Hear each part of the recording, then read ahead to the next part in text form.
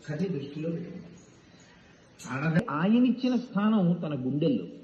అందుకే లక్ష్మీం క్షీరసముద్రరాజతనయాం శ్రీరంగధామేశ్వరీం, ఆమె పరమేశ్వరుడి యొక్క హృదయంలో కూర్చుని ఉంటుంది. అంటే ఏ స్త్రీ భర్తని అనుగమిస్తుందో, అనువర్తిస్తుందో, ఆయనని సేవిస్తుందో ఆమె ఆయన గుండెలలోకి చేరుతుంది.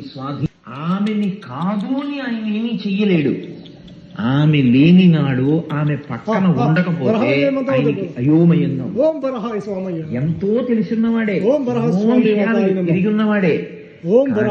స్థానం ఒక్క పూట ఖాళీ అయిందనుకోండి, ఒక్క పూట ఖాళీ అవ్వడం అంటే ఆవిడ ఎక్కడికో వెళ్ళింది.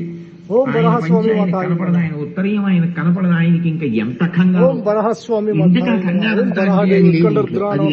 అది లేకపోతే ఏమైంది, మిగిలినవన్నీ లేవా? మిగిలినవన్నీ ఉన్నా ఆవిడ లేకపోతే ఆయన కనపడదు. ఆయన కళ్ళు, ఆయన చెవులు లోకంలో ఏ ఆడదైనా అలాగే అనువర్తించారు. ఏ ఆడదైనా లక్ష్మిగానే కన్యాదానం చేయబడుతుంది కాబట్టి భర్తని నారాయణుడిగానే ఉపాసన చెయ్యవలసి ఉంటుంది. భర్తకి వేళ పట్టున పలహారం పెడితే ఆమె చెయ్యవలసిన సేవ చేసేసినట్టు, ఈశ్వరుడికి ఉదయం నైవేద్యం పెట్టేసినట్టే. వాహనం చెయ్యాలేమో, కాళ్ళు పట్టాలేమో, ఆవిడ ఆయన కాళ్ళు పట్టి పడుకుంటే చాలు. భావనతో భర్తని అనుగమించిన స్త్రీ మహాపతి. ఆమె పాతివ్రత్యము సూర్యాస్తమయాన్ని శాసించగలదు. సుమతి, అనసూయ అటువంటి శాసనం చేయలే. కాబట్టి అలా పడుకుని ఉన్నటువంటి చెప్తుంది. ఆమె ఆయన కూర్చుంది, ఆయన ఆమెకు హృదయంలో స్థానం. ఇప్పుడు ఆవిడ కానీ ప్రణయ కలహానికైనా ఎక్కడికైనా వెళ్ళిందో వైకుంఠం అయోమయ. ఆయన అక్కడ ఉండడం అన్నది సుతారము ఆయనకి ఇష్టం ఉండదు. అది వైకుంఠమే కావచ్చు. లక్ష్మి లేకపోతే ఉండదు.